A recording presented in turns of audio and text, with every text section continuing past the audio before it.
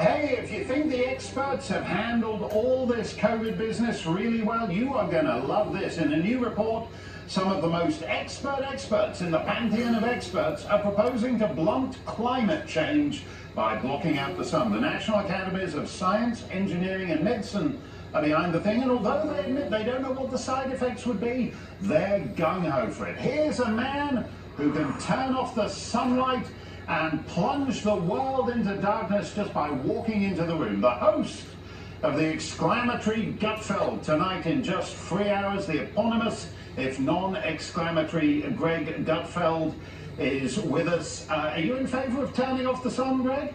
Absolutely. I am 100% for it because, as you know, the sun is racist. Because everything is racist. I made a list. It's now easier just to make a list of things that aren't racist, right? And I came up with a list, and the only thing I found that's not racist is that feeling I get when I put my finger in my belly button.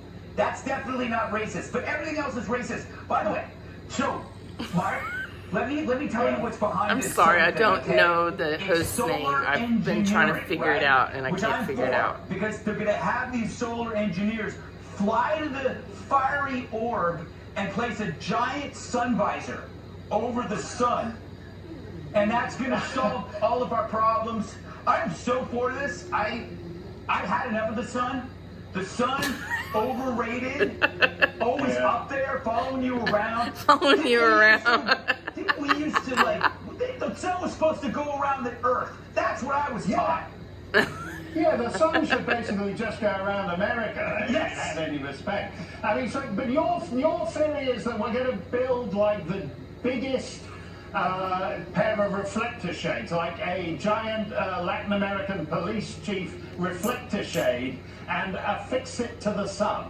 Yeah, because That's your view. Because that's easier.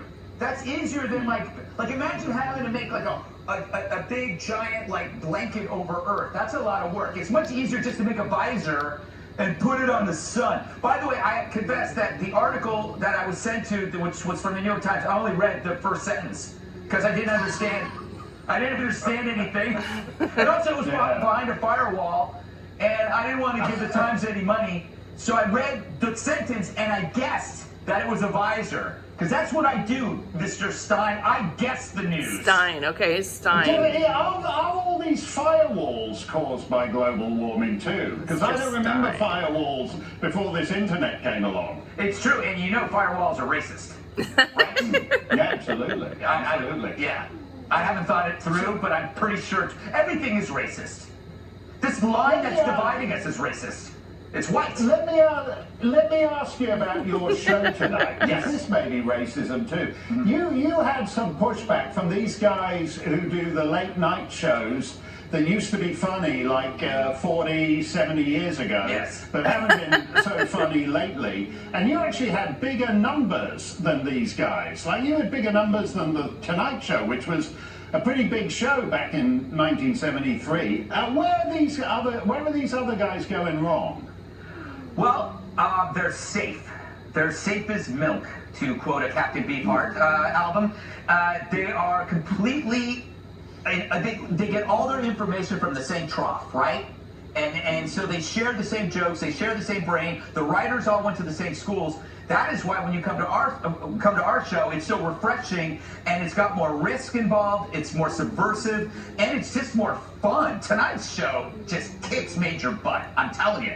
It is so good, I almost don't want to show it to the public and just keep it for myself. Yeah, when you said it kicks Major's butt, I thought you were referring to Joe Biden's dog there, because he's been chowing down on everybody else's butt. But I take it you're not going to be showing anything explicit like that. Well done, Greg.